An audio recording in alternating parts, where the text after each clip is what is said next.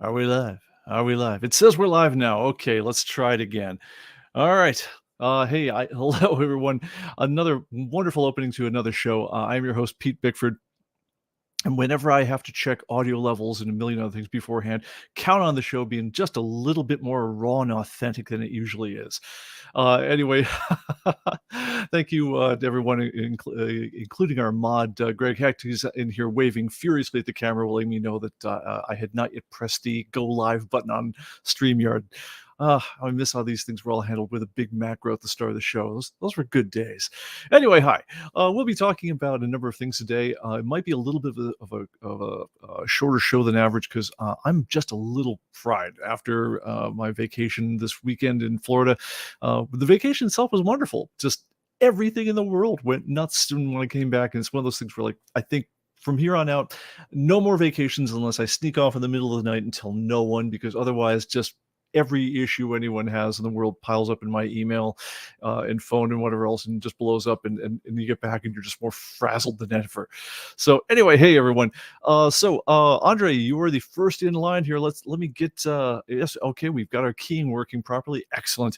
Thomas B, great to see you. And hello, Zandu from Seattle. Robbie from Toledo, great to see you again. Ed Billy Yacht. I'm gonna get this down for once with your name. Which, by the way, funny story. We were my wife and I were walking down by the wharf in Destin, just taking our dog around, walking around, and there's a place down there that sells yachts. And I always kind of thought, well, yeah, I've had a fishing, launch at one point, just a little inflatable raft to go, fishing in the middle of a lake on. I was like, people talk about yachts. What could a yacht ever cost? And then I saw what they cost. It's like, that is not in my lifestyle now or at any other lifetime I'm ever going to live. It's like 47-foot boats, which I'm thinking, it's a bigger than average, beast. Like they're 5.7 mil, and it's not made out of like solid gold. I'm like, what the heck? Clearly this is not a lifestyle for yours truly. Anyway, but that's my yacht story for so for whatever it's worth. Oro, great to see you again. And I want to remind everyone, this is the last Halloween live stream before Halloween. We will not be doing a Halloween show this year, but we did want to. If you go back, I think last year I did a long one on the history of EC Comics. I still think that one's pretty cool. If you guys want to look that one up, but by the time we meet next year, we'll be after Halloween. Their candy jars will be empty. We'll be sitting there wondering, what did we just do last night with all, and we'll be facing the real horror, which will be the election, which we'll catch up with in a week after that one, and then we'll see if we all survived. Anyway, Rob Tui, great to see you. And okay, I think that's good to go. So today's show is going to be about kind of three things. There's a reasonably interesting amount of ComicBase news. There's also going to be talking about the issue of bundled comics. It's something that came up kind of on the tail end of when I was doing the Entering Your Comics Fast video. It just kind of I kind of hit it from view in a bit of showmanship. It's rarely seen on this show, but I figured we have to deal with it one way or another, and so we'll talk about the problem of bundled items, because I really want to get your feelings on this one. We've talked it over with the editorial staff over at ComicBase, and honestly, we can make good arguments for a lot of different ways of handling this one. And so my take was like, well, how about I throw it out to the live stream and get people's opinions there, and maybe that could really help shape the discussion. So let us know what you think when we get to that part. And then finally, if time serves, I wanted to share my thoughts on ISOM #1, the debuting comic from the Rippaverse. And I finally had a chance to read that one over, and I thought I'd share my thoughts on that one with you guys. Let's see here. Xanadu Comics asks, what's the reason we keep sending the message, a certain number of older sales records are ready to be added to your database, and if you get it more than once? What those would be if you get them more than once. All right, so first of all, let me tell you what the message is normally, and then I'll tell you about what it is if you get it more than once. What is normally is we made heroic efforts when we launched the sales reporting feature in ComicBase 2023. You'll remember a week or two after launch, I said, well, we're going to see if we can go back in time and scavenge the old Atomic Avenue records as much as is possible and on the back end, feed them into the new formatting that's used for the sales reporting API that is now rolled out. Now, the problem, of course, is depending on how long you've been selling the system, you might have gone through about 80 different versions of ComicBase and Atomic Avenue during that time. Not everything had the same parameters. Not everything, knew the same data at the same time. You might have swapped databases a couple times during the whole thing. Anyway, the whole thing is we scavenged a lot of data, but it's almost like scavenging your hard disk data if you've ever had a disk crash, where things are in the wrong folders and stuff like that. It's like we could put things in the right bucket. We knew data belonged to you out of some database you've got, and we scavenged everything we could lay our hands on. But if you're getting it more than once, it means that we weren't able to figure out the primary database that some of your sales records came from. So if you get the message saying you have sales records we want to add in for historical reporting purposes, great. If it goes away next time, then we have no orphaned records. We know everything we know has got, not just it knows that came from you as the seller, but we also know what database it came out of. If you get it more than once, it means that there's a bunch where we don't know that. So if that's the case, what you should do is write to support@comicbase.com or support@atomicavenue.com. We're monitoring both these email addresses for queries like this. Tell them what database you'd like and give us one of two choices. The fabulous choice number one. By the way, I took a weird little cultural sensitivity course once at Apple, where back in the day, where they were going to send me off to do an instructor job over in Japan, and they had to give me all like the cultural touch points of like do this, don't do that. And it was kind of funny just going over there. But you get trained in to the point where you're just flinchy about it, about whenever you're going to wave a finger in any direction on anything is read wildly different in other cultures. So you wind up being taught as like a speaker to do crazy things like saying point number one, which I'm sure at this point now this is incorrect. but the one thing you definitely want to do is you never want to point with one finger in different directions in different cultures, because it can get you in trouble. Anyway, so that was just me explaining why I'm so flinchy trying to say point number one. So anyway, point number one, choice number one on this one is say, look, I've got only one database I care about. The ID number, which you would get from file, and then in ComicBase, go to the file menu, go to ComicBase statistics, and then go to click on the database info icon. There's a long hexadecimal number there. It's your unique identifier for your database ID. If you give us that number and say, look, whatever sales I've got, credit them to this database, is the one I check, is the one I'll be doing my reporting from, then at that point we will go ahead and map all those things onto there. You'll get the message one more time, then they'll get digested properly and they'll go away.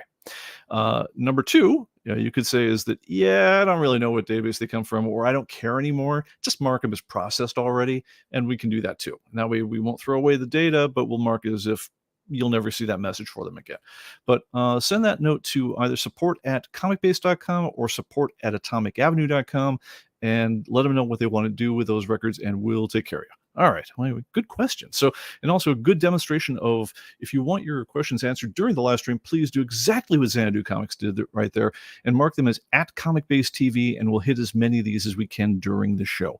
Because even though there's stuff I want to talk about, it's more important that we talk to you guys just one-on-one and just, get your questions answered if you've got them. All right. With all that said, last thing I want to say, and I would not be a YouTuber if I didn't have this, burned into my brain. Hit the like and subscribe button, melee that announce button, the little bell or whatever else. And it's always good, especially the first minutes of the show, because it sometimes convinces the algorithm to actually send notifications out to the subscribers, which is quite a modern miracle with YouTube in particular. All right, moving on. ComicBase news. So there is a new build of ComicBase out if you're keeping track of the interim builds, and I would suggest you do that one because this one's actually worth having. Basically, go to either in ComicBase, and let me flip over to that screen here. That is this guy right over here.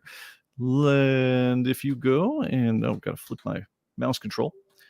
If you were to go under setup and you go to preferences down there, and if you have marked under checking for updates, if you say check for interim updates. Then it'll tell you all the ones that I'm talking about on all these live streams. If you don't have that check, then you're only going to get told about our quarterly updates or anything that's really, really important.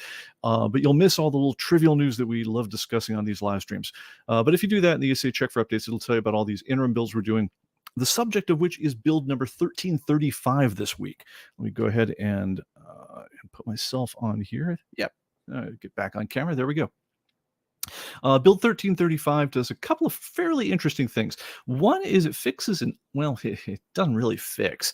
It dances around an oddity that we threw in of the sales report, where the sales report comes in a couple different flavors. There's one that was what we intended to do, but we crammed the sales report in as this was like what they call gently a stretch feature. It's the one that when we shipped ComicBase 2023, I was agitating like crazy to get it in there, but until a few hours before it was time to go, I didn't know if it was actually going to make the cut at all because there was so much heavy lifting on the back end. So the sales report comes in a couple different varieties, and basically this is only of interest to people who sell comics either on Atomic Avenue or if you use the built-in point-of-sale system or the new e-commerce APIs. But this will let you see in one place from a given database what you sold.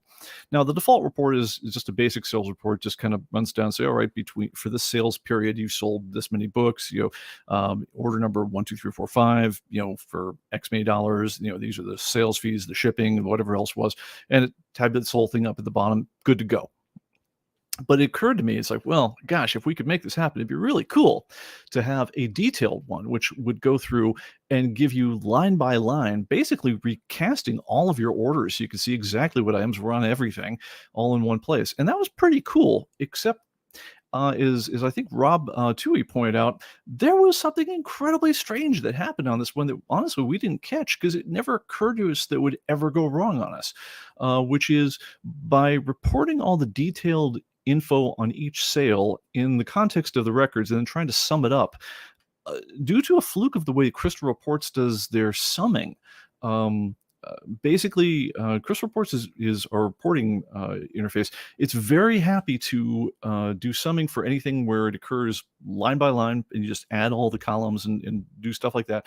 But the problem we got is the sales fees, the shipping, and a couple other things that we get in the data interchange from the e-commerce APIs aren't individual per order. They're per line. They're not a cost on each line of an order. They're a cost for the order as a whole. So in other words, if I buy 2 copies of Amazing Spider-Man number 374 for $5 each, that's 2 times $5 each, $10. I got it, right? And if the next item on the order is Daredevil or 123 or whatever else, I can just sum up the order. If I want to know what the total order thing is, I take all the sums down the line, good to go. And if I want to then sum up everything I sold on all the orders, it's the same thing, just added even more. Well, the problem comes with when you have things like sales commissions and shipping fees and taxes, they aren't necessarily computed line by line. It's so, for instance, your shipping reimbursement, it might be a certain amount just for the whole order, or the sales fees are a certain amount just per the order. For instance, I think PayPal charges us something like 50 cents a transaction plus 3.59% for a PayPal transaction. So it's impossible to say how much of that was for the first line of the order unless it's a one-line order. Well, where this evidenced itself, which honestly I'd never seen this before, just never came up in any report we'd ever done before, is when you asked Crystal Reports to calculate the totals for, okay, you got, here's all the items that were on the order, and we knew what the total for that you paid for tax and shipping thing, all those things were, and it would show the total that we gave you, but then we said total all the items that you sold over a certain time period. It was actually multiplying, it was retotaling the total for every line on every order, because it was, those were items that belonged to the whole order, but then there were multiple items that we wanted to show on the report. Basically, it just exceeded what Crystal Reports could do with the darn thing. And we wound up getting these ludicrous, totals would pop up on people's reports. And I think Rob was the first guy to call us out on it, leading to a very unpleasant couple hours as I thought, oh, that's insane. What's the problem? And looking into it and say, you got to be kidding me. Are you kidding? There's no simple way to solve this. And after many hours of banging our heads on this thing and trying different stuff, kind of coming around to the conclusion that no, there's no straightforward way to solve this one. We literally are going to have to recast all the data interchange that hits that report if we want it done the way Crystal Reports wants it done, or we got to do something very strange with the way Crystal Reports comes up with those particular totals as like a sub report or something like that. Just nuts. I mean, it's something that seems so obvious and so dumb because you and I looking at the thing would say, well, no, it's just look at the total. You just add them. But the Crystal Report sees the data in a different way. And my goodness, that was adding up to a nightmare. So long story short, what it came down to is the totals. If you're looking for a grand total of your sales for a given period, use the basic report. Do not use the the report for the overall period. As a matter of fact, we took the totals off that one because we knew they weren't going to be accurate. And instead, there's a little message saying, "Yeah, if you want totals, go to the other report," which is not a satisfying answer. I'll be the first one to admit that one. I would like to revisit it this one, but having done kind of an initial scoping on the effort required for that one, it's going to tell you right now it isn't going to happen in the short period. So anyway, that's done. That's the bad news. So that bug at least is, you're not going to get crazy totals anymore because the one report that would have given you the crazy totals doesn't give totals at all anymore. All the other totals that you see on any other report are going to be there and they're going to be right. But anyway, for totals on the sales report in particular, you can't do the line by line rundown of all the orders and also expect to get your totals for how much, like say your sales commissions over a certain period. Where go to the other report if you want those. That's the unsatisfying report. Now let's get on to the good news. So we added in some new stuff into build 1935, which is the current build out there. And in some it's subtle, but it's really cool. For one thing, we had gotten a note from people, and this is one that's easy to get a little jaded about. If you have a nice, shiny, fast computer. So let's go to a worst case scenario. Let's go to Action Comics, right? All right, so 1001, boom. All right, so there's the title, right? So that's pretty fast for drawing 1,000 issues, right? And if I want to go to any particular issue, I can say I'm going to hit F3, which is the jump key. I'm going to issue number 500, right? 1001, boom, I'm at issue 500. And this is on my old computer. That's the one I'm demoing on right now. So this is a 3-4 year old computer at this point. The problem we got is that people who had, especially if you had a slower hard drive, we found out that all the grid stuff we did building this stuff in was kind of making this grid feel sluggish when you scrolled. So in other words, what we had done in order to get the grids to, everything to happen so fast, even for these really long titles, is we basically cheated the grid. Instead of figuring out everything that's in every row of the grid all at once, especially the media, we would say, all right, well, there's only like 18 rows showing on the screen right now, so I don't need to show you pictures for anything that's not on the screen right now, so let's just not until it comes time to show those. And so you'd get the initial grid back very quickly, and if you went to a particular position, it would be able to show stuff. But when it came time, like if it had never drawn those 18 pictures that are going to be on screen at that given moment before, it would take whatever it takes to draw 18 pictures. It would take that amount of time in order to show the whole thing, which on even my older computer, well under a second. But on some people's machines, it was like, ugh, what's going on? This is clunky and awful. It's just so slow, because it was doing that disk access to go and look up those pictures for those 18 things as it goes. What we've done instead is we've kind of split the baby a little bit. So I'm going to go now, I'm just going to use my scroll wheel, and I'm going to scroll down. And as you see here, this is all very fluid, very fast. And at the same time, I got that instant grid drawing we had beforehand, which we're very happy about. And again, this is on a machine that's not particularly recent. I mean, it's like a 4-year-old machine, and everything's basically, very fluid now.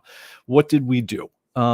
Technically, what we did is we said, oh, okay, well, your mileage may vary about how fast your machine is. And again, I definitely take to heart the comments people got who had older hardware in particular. And so what we did is we said, okay, fine, we're going to draw all the data on the grid immediately, and we're going to draw, the first page you'll see immediately. But when it comes time to scroll, we're basically going to go about every 5th picture you need to go for. We're going to make sure we've refreshed the screen and give you just that little bit of mouse control back. It's so that, the interface will update with you, the scroll position will go, stuff like that. And so it's if you had like a high-speed camera, you were photographing how many frames it took of that camera in order to fully draw the 18 ones that are on screen, you'd see it takes, 0.15, zero point 0.2 seconds longer than it did. Very hard to see. It'd be a frame or two. Um, so it is actually slower, but it feels much better when you're scrolling. And that's the important thing is the interface needs to feel fast, even if the stopwatch says that it's not quite as fast. I think it's a pretty good mix right now of those things. But if you've got a different machine, especially if you've got an older one, especially if you've got a slower hard drive, try the new version out. Tell us what you think. So, does it feel better to you? Does it still feel a little choppy? If so, we could chop it a little finer. We don't want to refresh after every issue, but to me, this one feels pretty good. So I think you'll like that one. On a similar note, we added two new shortcuts into all the grids in ComicBase, or the main grid in ComicBase, which I think you might kind of dig. If you hold down the Control key and you hit Page Down, you just immediately go to the very last item on the page. No matter how long the list was. In this case, Action Comics, 1,200 items at this point. And if you go Control Page Up, boom, you're right down at the start of the list. So you can use those just to very quickly bop up and down to the start and bottom of the list. Some people are saying it's like, hey, when I go to title, I really always like to start at the bottom and look at there. In which case, yeah, just go to the title, Control Page Down, you're good to go. And so anyway, I hope those things help, and let us know what you think. Let's see here. Rob asks, is there a way to set the window to maximum in the run properties permanently? Every time there's an update, I have to reset the window to maximum.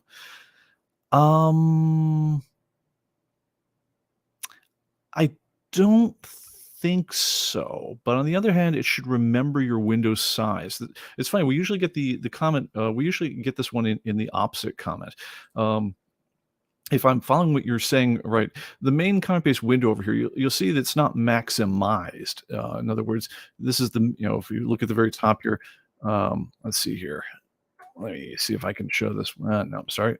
Let me get on the right monitor. That will help. So if I go over here to the top here, that's the minimize box, that's the maximize box, and that's close, right? So this is not technically maximized. It's still a window that occupies the space of your monitor, but by default it comes up as having the full width and height of your main monitor, mostly because we typically need it. But you can shrink it in if you want, to make it smaller and drag things around your desktop and so forth.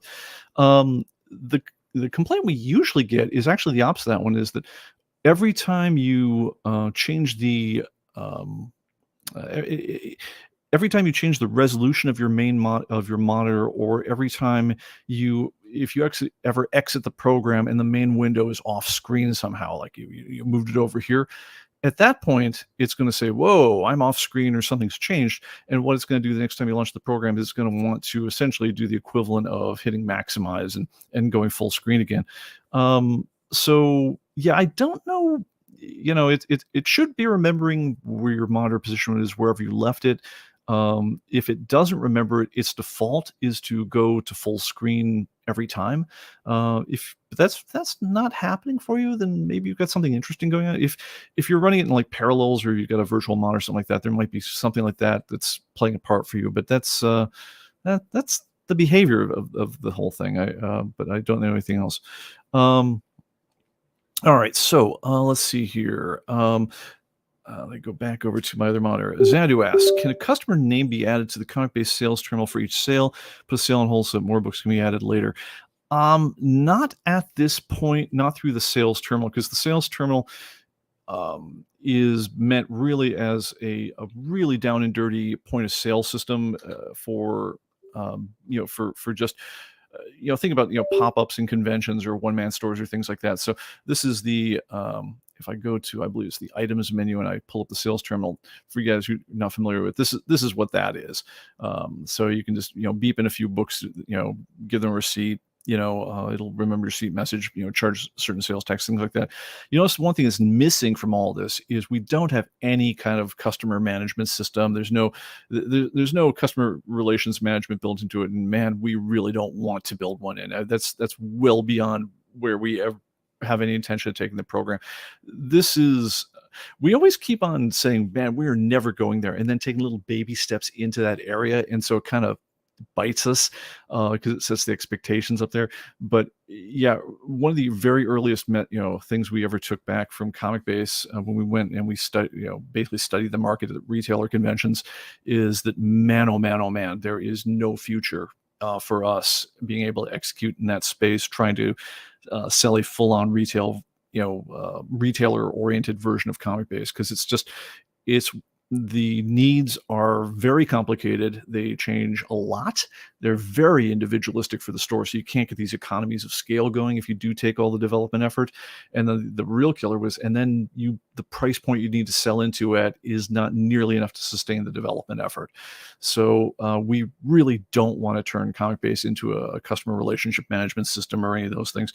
That said, if you'll look at the APIs for the e-commerce API, it does support the ability to track customers and things like that. So if you've built your own homegrown ComicBase, or if you built your own homegrown cash register system or store system or inventory system, we can certainly take the data from whatever you've got based on your customers, tabulate it for them and so forth. The API will take it, but the ComicBase itself, with its built-in API, it doesn't attempt to do anything with it. Atomic Avenue, on the other hand, does have the concept of they know who's logged in, they know who's buying, things like that. So you can see, different customers who bought things from you, but there is not a similar facility built into ComicBase itself, and I don't think we want to go there anytime, not unless we spin it out as a separate retailer product. And honestly, I think I'd have to have my head examined if I did that, not unless the market changed dramatically. Because yeah, I've never spent so much time doing research on a possible market opportunity, talking to retailers, attending conferences, and then said, yeah, guys, no way. Sorry, that's about it. Let's see here. And Steve Danger says, regarding screen sign after when I install ComicBase, it only starts at 90% of max, even though I usually have about half the screen width. Yeah, that means that there's been a reset of the main screen. If you exit, like if I exit ComicBase, if I size the main window down to a third of my screen, I exit and I come back in, it's going to pop up the same way on that same monitor. But as soon as I drag it to another monitor, as soon as I change my resolution, where else, it's going to trigger that DPI based reset of the whole thing. So it is fairly unsticky as far as, it really wants to go full screen. If anything changes, it's only going to maintain its size on screen as long as you don't change anything about where things were. All right, so let's see here. So let's see. Control home and control N does the same things, go to top or bottom, by the way. Yeah. So okay, so and we got that too. So Andre points out this is another way to do the same sorts of things. Okay. And let's see here. Other things going on. All right. I think that's it for the ComicBase updates. Let's talk about some other stuff. All right. So let's go back. I'm going to switch to the main camera here and take Andre's off the screen, and we'll talk about the thing that messed me up as soon as I got done. Let me turn off my own key here. Messed me up as soon as I got done talking about entering comic books last week, which, by the way, yeah, I'm still happy about the books from Great Escape. If I ever get a chance to, I got to talk about Men Magazine over here, which, by the way, is absolutely fantastic. If you look down here, there's a little tiny Atlas logo. Yes, Atlas Comics, same publishers, through one of God, what's the old Marvel guy? Can't remember his name right now, but the guy who ran Marvel back in the day had like 200 shell companies and publishing arms and stuff like that for his different empires. But Zenith Publications was apparently another of the ones that was under his umbrella somewhere. But anyway, not talking about that one. But I encountered a bunch of comic books like this one, like Night Zero. Say, okay, Night Zero, that's interesting. What is it? All right, so it's reprints from the British magazine 2000 AD. It's a 64-page graphic novel. I thought, oh, that's cool. Let me look up in ComicBase. And the question of like, is it there? Or I'm sorry, we also have DeMarco PI, Deadlock, so forth. And these are like full on, like I say, like 64-page graphic novels. Some of them are color. And I looked at them when I was getting ready to enter them, and I realized, wait a minute, these things were all meant to be included with different issues of Judge Dredd magazine. Martin Goodwin is the kind of person thing he's talking about. Thank you, Greg.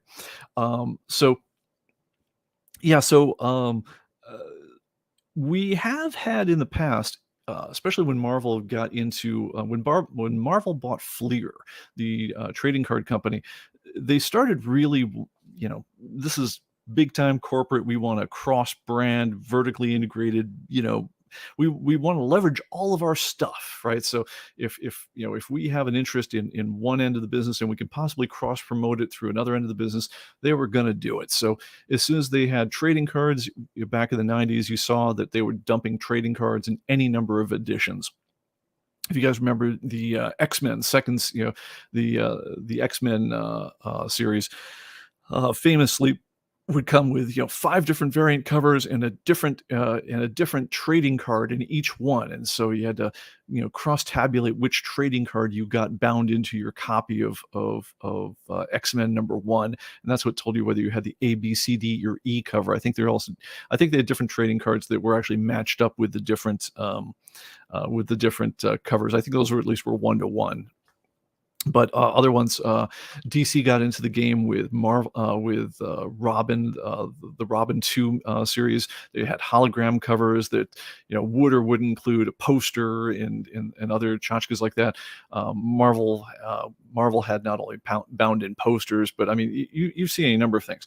And when you go over to England's magazine situation is absolutely bonkers.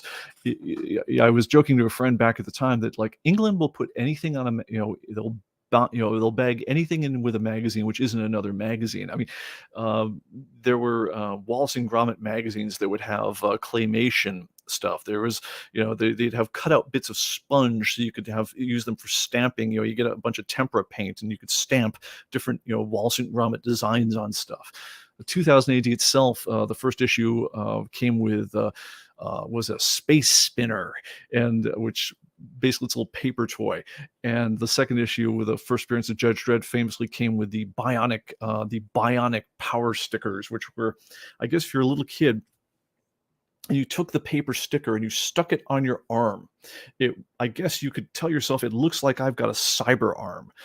Ironically, that I still have the stickers on that one, and no way would they ever stick to a kid's arm unless that kid's just sticky to start with. But anyway, I saw a gardening magazine at one point down there that included a small garden trowel. I saw small stuffed animals. The worst ones were things where they had them glued to the cover, and so it's absolutely impossible not to damage the magazine while taking the thing out there. And of course, because it's absolutely impossible to bag these things and store them in any kind of sensible way. So absolutely crazy stuff has been dropped in on magazines through the years. But for the most part, we've kind of treated all this stuff as included this extra, and it's a strike on you if you sell it again and didn't have the extra. No one's really surprised if it was a really awkward extra, like if they bundled a Frisbee with the magazine. So you'll never be able to stick this thing in a comic bag and stick it next to another comic book without damaging one or the other, unless you stick a bunch of cardboard in between them or something. So I mean, people were like, yeah, okay, it should have it should have included this extra bonus item on the whole thing, but it's a bummer if it doesn't. But it's kind of obvious that it's just sort of a missing part of the main comic. What though do you do with Judge Dredd 284, which includes the Deadlock graphic novel? This thing is as big as the thing it came with. I mean, so when I said I've seen everything, bundled in with comic books in England other than another comic book, this is no longer true. and for that matter, it probably has been true for a while. I mean, Wizard magazine would have the Hero comic specials would come with them. There are any number of those, and we've been carrying them in ComicBase for a while. We'd actually mark them as Hero number 1, 2, 3, 4, 5. Hero, I believe, also was its own magazine. I'm sorry, I had that mixed up. Hero magazine, which was a competitor Wizard, came out, and along with their magazine, they would have the Hero comic specials. Wizard would have the Wizard half issues, and they would. And those things would then also be sold separately. Matter of fact, in the comic collectible market, no one really cared about having the old issue of Wizard so much, because the main thing it had back in the day is a bunch of interviews with creators, but mostly old, now very out of date price guides.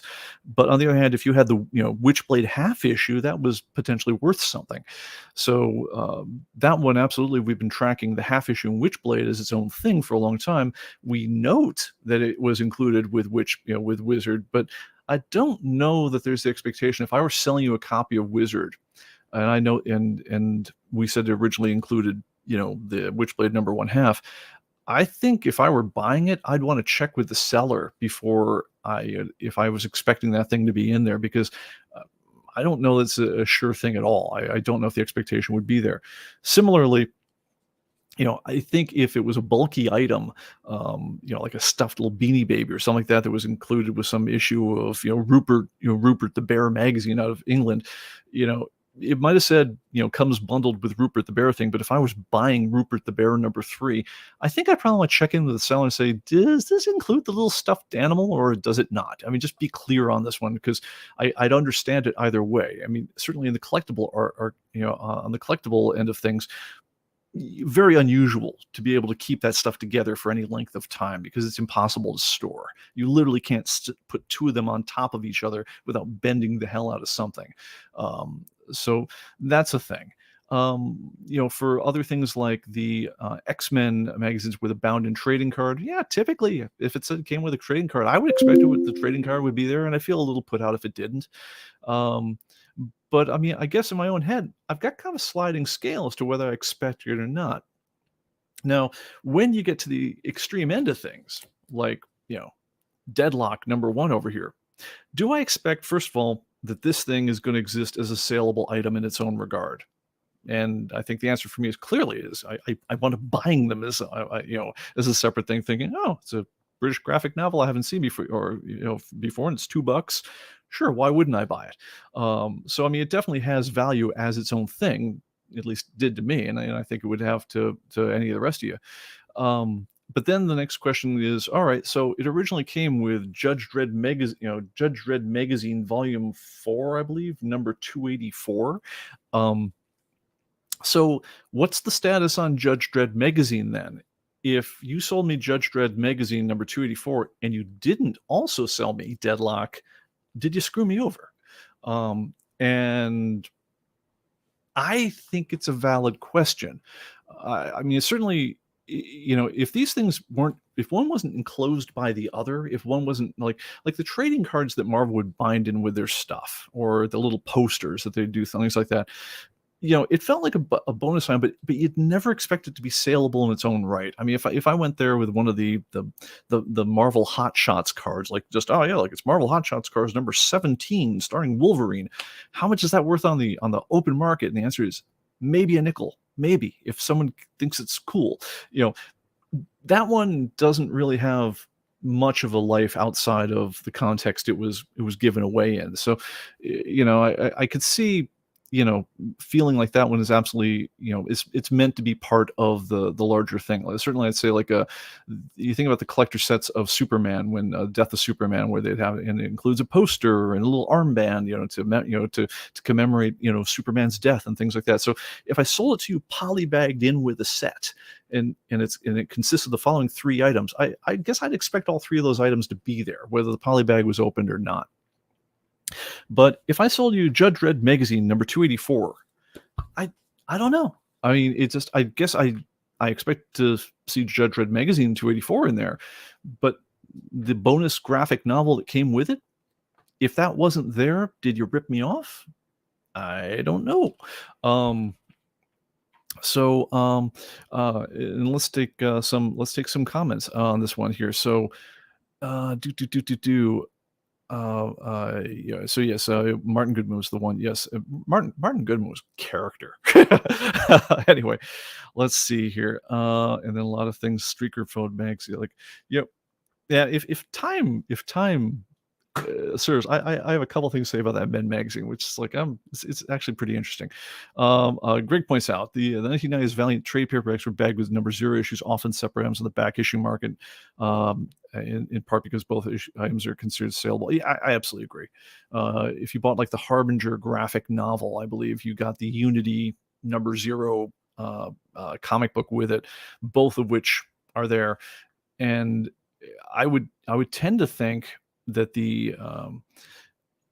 yeah, I don't know. If you sold me the Harbinger graphic novel and you didn't sell me the Unity number zero at the same time, I guess if you were clear about, that does not include that, I guess I don't have a beef with you. But so anyway, here's the broader question we have for comic base, type things. So I mean, clearly there are things that the collectible on its own without the thing it came with has value. So I mean, if I go and I look up this Deadlock graphic novel in comic base, I want to find it. I don't want to see it just, yeah, it's part of Judge Dredd 284. Because I mean, if I have this and I don't have Judge Dredd 284, I still want to be able to catalog this. So this thing deserves to get its own entry, as far as I'm concerned. Um, I don't follow trading cards so much, and we don't really have a thing for small little bound in mini posters or records. So I guess I don't care that much about those things right now. Someday, if that changes about Comic Base, who knows? But let's go back to the question of what happens to the original item that it came with. So if I look at if I have Judge Dredd the magazine number 284, and it says it includes bound in copy of Deadlock, I would think that as a seller, I would want to mark that my copy did not include that. If I only have the magazine but I don't have that, I'd want to put in my own notes that's missing that. I'd probably still price it pretty darn close to, matter of fact, I guess I would expect the guide price to follow the thing without the Deadlock. I mean, I guess I don't really know. Because if you had the two together, seems to me they're worth more, right?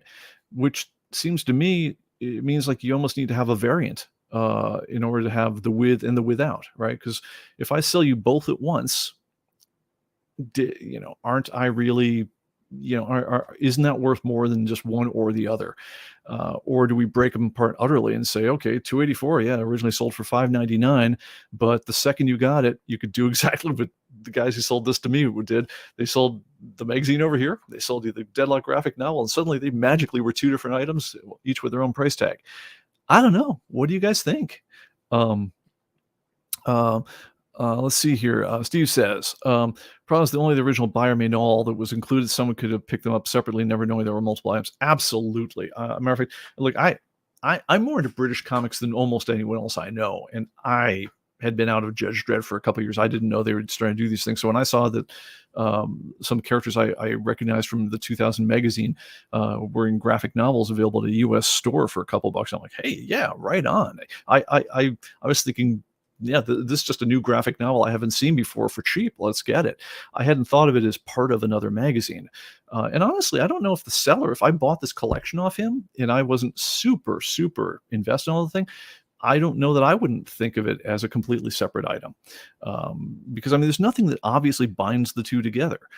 Greg says, in my opinion, it's more important that sellers make it clear that they're selling something that doesn't include things that were bound polybagged with the comics that was originally released for sale. Yeah, no, I think, I mean, if you're looking at a listing on, say, like Atomic Avenue or Comic Base and says, yeah, it's polybagged with a card, a trading thing, a memorial band or mourning band for Superman or else. Yeah, I mean, I'd feel put out if those weren't in there. And if I don't have them, I think it's up to me to say, yeah, like I did for my copy of Judge Dredd number 2. Yeah, Space Spinner of 2008 number 1, Space Spinner not there. Matter of fact, because I was doing the indexing on 2008 at the time, I think I just indexed one is with the Space Spinner, and the one I had was just 1A is without Space Spinner. But I wonder, at some point, are we gonna have to make some kind of editorial decision when they contain really significant things? Like I say, when one graphic novel contains another graphic novel, is it, you know, do you treat the combined thing as one item in the database? The one slash collector set version, which includes both, but then also score, the magazine, magazine 284, you know, the one that had both of them together, call that the collector set version, and the one that had them separate or separated, even though it was never originally offered for sale. It's offered for sale now, isn't it? Do you treat them as two different items in the database and let their date and let their values be different?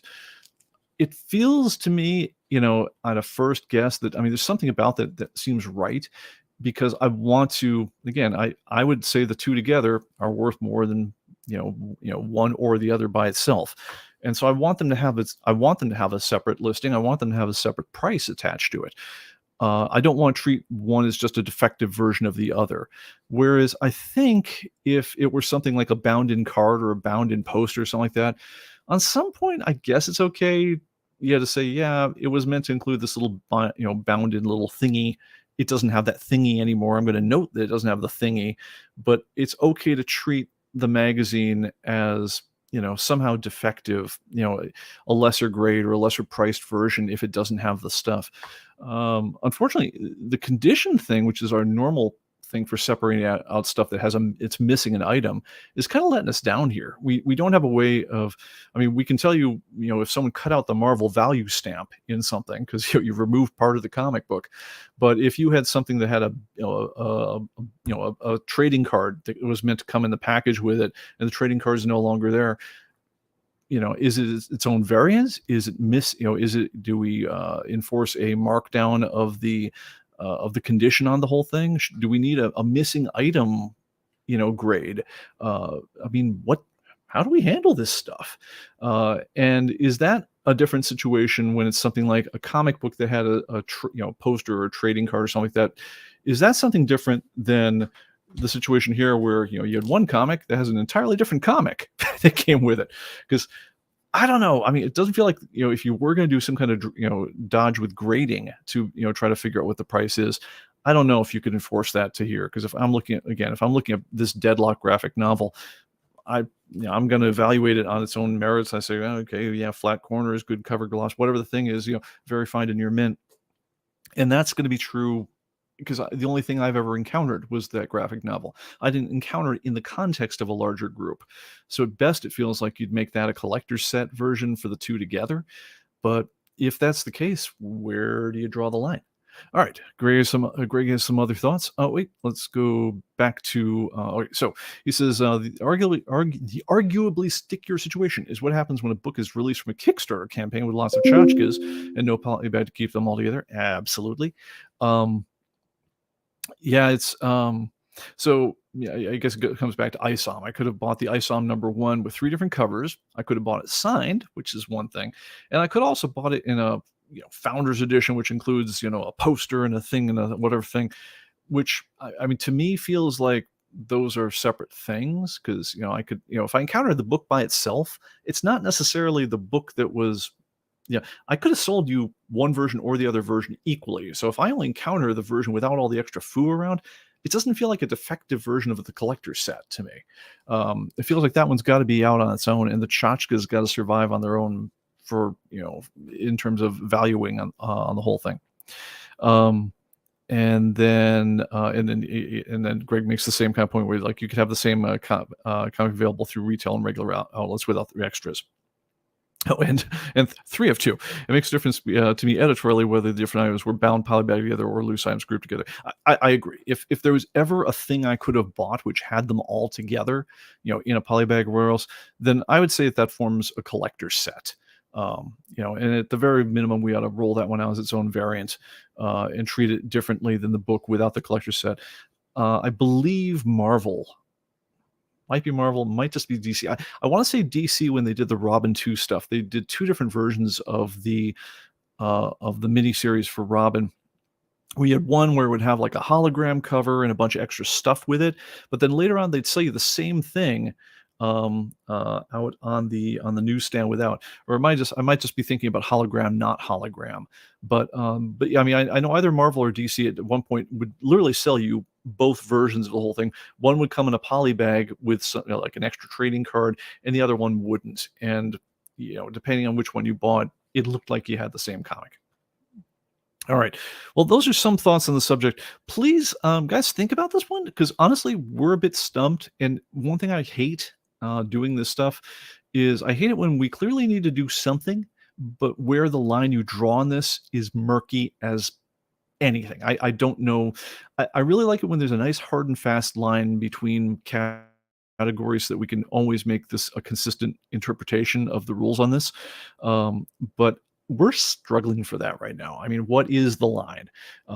Is it a card? Is it a poster? Is it a separate item that has value in its own worth, on its own behalf? Don't know. The original where they ever bound together as a thing, that seems to have some validity. But then I'll just take a confounding case of, all right, let's say that the one behind here is the magazine, right? And the other one's got Deadlock, right? All right, so now I sold them polybagged together at one point. I take them out of the poly bag. At this point, I can certainly buy and sell one or the other, right? I might encounter just one or the other. And so whoever has them is going to want to know what that's worth. They want to be able to look them up. So those things have to exist as atomic items. I think the thing that originally had the polybag with both of them should exist somewhere, because that thing cost money. But yeah, the fact that it's possible to take them out of the polybag and reduce them to two things which are now saleable on their own.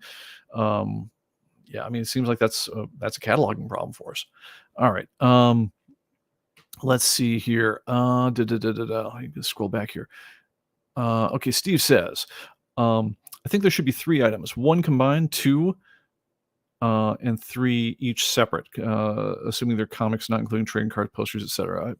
I mean, that seems like if a comic includes another comic, or a comic includes a mag, or a mag includes a mag includes a comic, anything that ComicBase catalogs, that one seems sensible to me, is a first approximation. I haven't run my way around all the use cases on this one. I mean, it'd be bad if ComicBase included trading cards right now, because I mean, let's say Marvel binds in a trading card, and let's say that trading card somehow is, I don't know, it's the first appearance of some character that becomes just crazy important. And so the trading card itself, even though it was a bound-in thing, winds up being worth bank. At that point, it feels like you'd need to treat anything that includes stuff like that as potentially a collector's set, because you're going to encounter them separately at that point. If you guys might know, the origin of trading cards is they start out as cigarette cards. So if you bought a carton of smokes, in the pack of smokes, they'd bind in a little card of like a ball player or something like that. And that was the genesis of baseball cards, where they're originally, they were the thing you got with your pack of smokes. If there was such a thing as collectible cigars or collectible cigarettes or something, I guess you'd count the one that included the, Hank Aaron one as being more. I don't know if Hank Aaron's the right era. It probably goes before that era. It's probably ball players I couldn't even name. It's so old. Yeah, I guess if you had that sort of thing, then the one that the smokes that had them would be differently than the ones that didn't have them. But it does feel like there should be a grouped item for anything that certainly anything that we catalog separately. There ought to be a combination for the group. Richard just wants to, yes, there were regular and collector editions of Robin number 2. All right. Okay. Steve says, a similar situation. Moonstone sold a Phantom Prose book and an included chapbook by the artist. Oh God.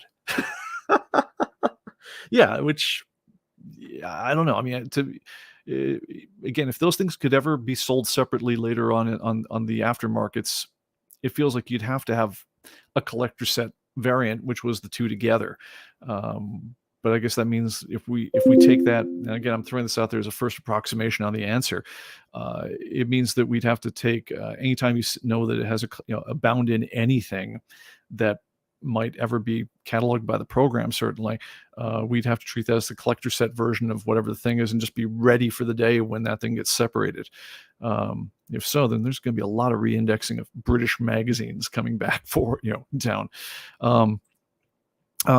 Steve adds, later, getting rid of stock, they sold the chapbooks separately. Yep, makes complete sense. And they sold it themselves. It wasn't even aftermarket. The original sellers, no way to tell the difference, included the red or sold separately. ComicBase TV Cubans, man, that'd be nice. There was one guy I know out here who we're in like a cigar hang group, and somehow he actually got himself a hold of an actual Cuban cigar, and he gave it to me for a birthday present one year. And it's like, yeah, that was a nice smoke. But the only one I had. We do not have our own. All right. Oro says, TV, the worst of Mad included bound in records, newspapers, posters, etc. I'd pay a lot more for one with all the items. Yeah. I don't know. I mean, what do you guys think? Is it a feasible situation to take anything that has a bound in anything? I mean, let's take worst of Mad. So it has newspapers, posters, etc. And up until 2 seconds ago, we wouldn't have ever tracked the newspaper as its own item as a comic-based thing. So we wouldn't have told you what that's worth, but it could happen. And I'm not going to say that the poster on its own, which I guess if this thing came with like a particularly cool poster, I guess I could see that being saleable for somebody somewhere. But I mean, do we start just treating anything that has a bound in anything as a collector set variant? I don't know. Yeah, this was one of the good ones here. ComicBase TV Ren and Stimpy #1 had air foulers. It wasn't air freshener, it was an air fouler. And I do believe I still have polybagged ones in there. I have never actually opened the bag, because if you did open the bag, this was like the best version of this I've ever seen. Is they had opaque areas on the bag itself, where if you open it, you would then reveal the part of the cover where it said, "Oh no, you opened it. It's not mint anymore." All right. And Tim Truman's Band had a 12-inch record that was released as a Scout mini comic. Wow! I didn't know Tim Truman had a band. By the way, if you guys haven't seen the comic Scout, fantastic stuff. Tim Truman also a hell of an artist. I haven't seen him working for a while. Is he still with us? If so, I'd be curious to see what he's up to lately. But yeah, we got a problem on our hands. But what do you guys think? I mean, is collector set, is that the answer? And then treat anything without is a variant. And if not, is there a limit we can draw? Where it's without the whole thing? Because again, I think there is some value to the bound in items. I think they got to have pricing, which means they got to have their own listing within some level. Oh God, I mean, I'm imagining all the permutations on this one. Like, what if you had, comics with a bound in record or something like that, and they also were variant A through Z of the whole thing, and then you have to worry about the A through Z with and without bound in record variant covers. Or this thing could turn explosive. And Greg says Tim Truman's working on a Scout Origin OG. I'm assuming that means Origin. It's 15 years late and is projected Kickstarter. What do you know? There you go. All right. Oh, and tattoos. Gosh, I feel like I'm too old for that. I mean, I guess temporary tattoos, I'm gonna guess. I feel like that's one bound-in thing I missed, but I guess if you guys are familiar with tattoos, you could chime in. I'm an old dude, but I don't know them all. Anyway, all right, let's push on here, guys. Actually, we're kind of at time. Is there anything I wanted to? You know what? I'm going to save the ISOM review for another time. But thanks for guys. Thanks for letting me talk out loud on this one, and thanks for your feedback on it. But do write, if you would, write to support, or actually just write me directly, pbickford@human-computing.com, with your thoughts, or put them in your comments in the chat. Because we're probably going to start making a call on this one pretty quickly, and I'm curious to see what y'all think. Greg says, the back issue market does care whether tattoos are included in the copies of Uncanny X-Men #167. Okay. Well, that's a thought. Let's make it easy. Let's just take that one right there. Uncanny X-Men 167. Does it need a new variant which is including tattoos, or do we have one that's without? I guess we have an installed base problem of some level of all the people who are going to wonder, did it have it in or did it not? But yeah, I mean, let me know. Send me your comments. You can send to support@comicbase.com or pbickford at human-computing.com. Also would be a good one for the forums. If you guys have thoughts on it, I'd be really curious to see what you all think. And as Greg wants to point out, yes, we have a dedicated thread in the ComicBase message boards where you can request live stream topics, and this is an absolutely good thing. Richard also says, Spider-Man 238 and issue of Burns Fantastic Four. I guess tattoos were a thing. I don't know what I was doing. I was 167 for X-Men. I was probably in college, so I had no money. I think the only comic I kept up with during college was Daredevil because I had no money. All right. Well, that's about it for now, guys. I think next week I'm going to try to do the ISOM review. But anyway, guys, we'll see you on the other side of Halloween. Don't eat too much candy. If you do eat too much candy, enjoy it at least, because you can't, we're only young once, right? And then we at the point where we just can't do that stuff anymore.